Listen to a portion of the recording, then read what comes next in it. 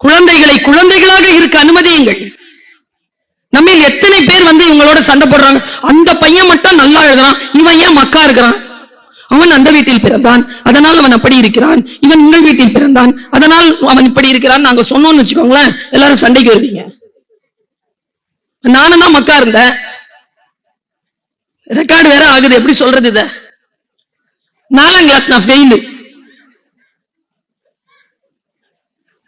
ஏன் ஃபெயிலுன்னு கேட்கணும் நீங்க. மேத்ஸ் எக்ஸாம்ல ஃபெயில். 80 மார்க் வகுத்தல் கணக்கு, பெருக்கல் கணக்கு 80 மார்க், வகுத்தல் கணக்கு 20 மார்க். எனக்கு பெருக்கல் கணக்கு தெரியும். தெரியாத கணக்கை ட்ரை பண்ணி 12 மார்க் வாங்கின 20க்கு 3 மணி நேரம்.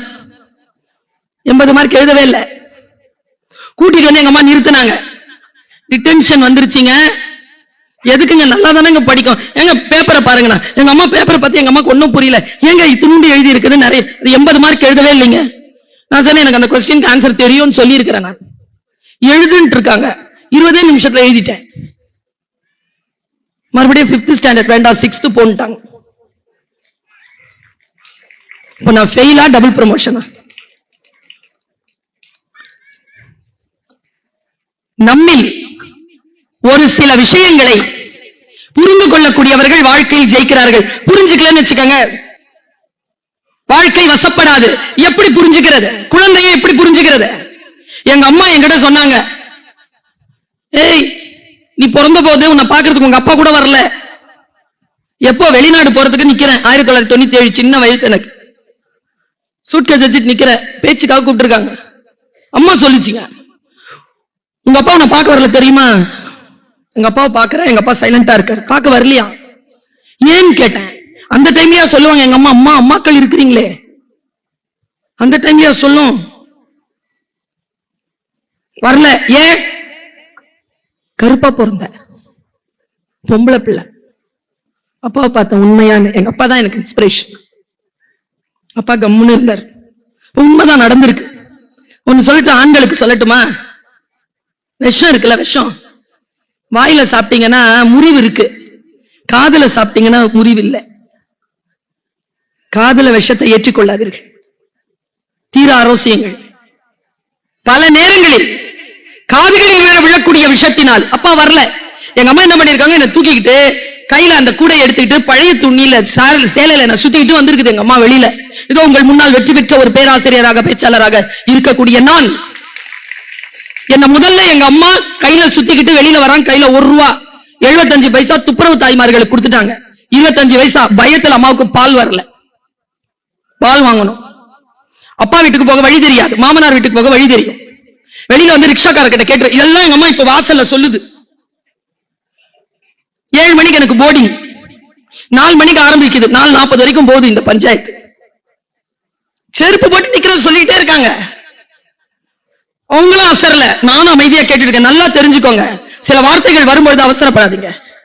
நீங்க போகிற காரியத்தை விட முக்கியமான விஷயங்கள் அது. கவனிங்க, நின்னு மிக கவனம். நான் கேட்கிறேன். அம்மா வெளியில வந்தாங்களாம், ரிக்ஷாக்கார் இருந்தாரா, ரிக்ஷாக்கார கிட்ட கேட்டாங்களாம், அண்ணா பச்சை உடம்புக்காரி பிள்ளை பெற்றிருக்கேன், புருஷன் கூட்டு போறதுக்கு வரல. டிப்டி போட்டிருப்பாங்க எங்க அம்மா. கையில புள்ளைய வச்சிருக்க, கையில ஒரு கூட.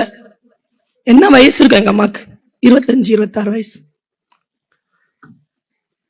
பார்டர் தோட்டத்துக்கு மாமனார் வீட்டுக்கு வழி தெரியும், கூட்டு போய் விடுவியா? 1 ரூபா கொடுனாரா ரிக்ஷாக்கார்.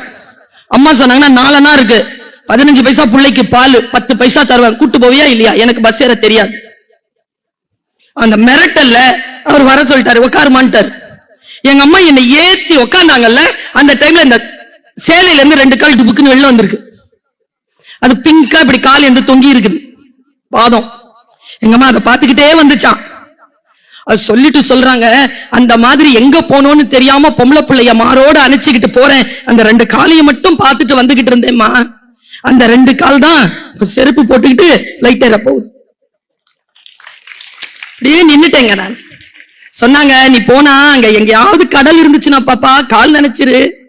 ஏன்னா பாருங்க, அம்மா அப்பாவுடைய வார்த்தைகள் அப்படிதான் இருக்கும், அப்படிதான் இருக்கணும். கவனம். எங்க அம்மா என் மொழியில சொன்னாங்க, உங்க அம்மா உங்க மொழியில சொல்லிட்டு இருக்காங்க, உங்க மனைவி உங்க மொழியில சொல்லிட்டு இருக்காங்க, உங்க அப்பா உங்க கணவர் உங்க மொழியில் சொல்லிக் கொண்டிருக்கிறார்கள். நமக்கு புரியணும். போய் கால் நினைச்சிரு கடல்ல. ஏன்னா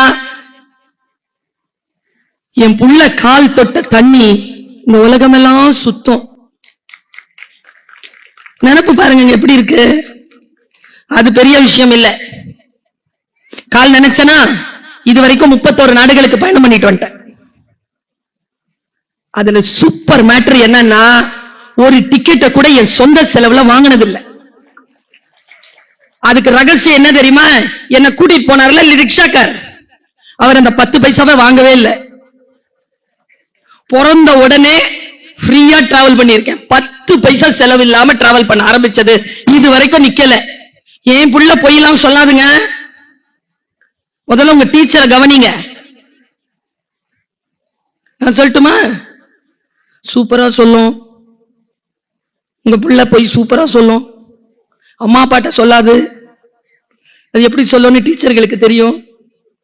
நீங்க வீட்டுல மாணிக்கம்னு பேர் வச்சு அனுப்புனீங்க, நாங்க கண்டுபிடிக்கவும் அதுக்கு 2வது பேர் இருக்கு, பாட்ஷா. பயமா இருக்குதுங்க இப்பெல்லாம் பிள்ளைங்களை சந்திக்கிறதுக்கு. ஏன் தெரியுமா? அதுக்கு பின்னால நீங்க இருக்கிறீங்க.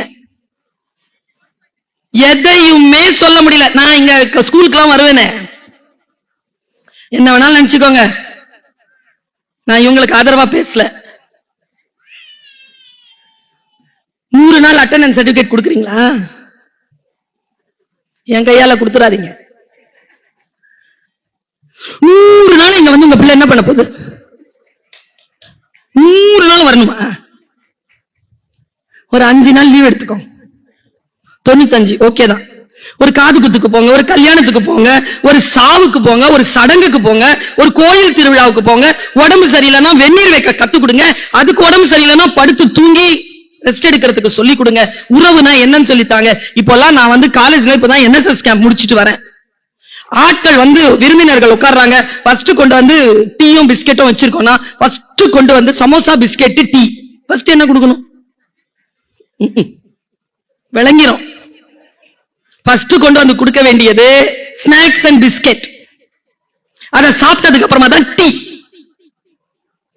டீயை குடிச்சதுக்கு அப்புறமா பிஸ்கெட் சாப்பிடுவோமா? ஏன் இப்படி இருக்குது தெரியுமா? பிள்ளைங்க வேற எந்த காரணமும் இல்ல. வீடுகளுக்கு விருந்தாளிகள் வருவது நின்று போய்விட்டது. அவர்களை பரிமாறக்கூடிய, அவர்களை பாதுகாக்கக்கூடிய, விருந்தோம்பல் செய்யக்கூடிய பழக்கம் இன்றைக்கு வீடுகளில் குறைந்து போன காரணத்தினால் குழந்தைகளுக்கு எப்படி பரிமாறுவது என்று கூட தெரியவில்லை. நமக்கு தெரியுதானா?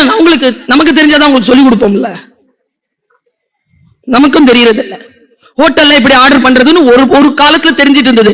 இப்ப ஹோட்டல்ல ஆர்டர் பண்ண கூட தெரிய வேண்டாம், ஆன்லைன்ல ஆர்டர் பண்ண போதும். வாழ்க்கை வேகமாக ஓடுகின்ற பொழுதும் நான் சொல்லுகிறேன், பெட்ரோலியம் என்பது சில பண்பாடுகளை, சில நாகரீக கூறுகளை நம் பிள்ளைகளுக்கு நாம் சொல்லித்தர வேண்டும்.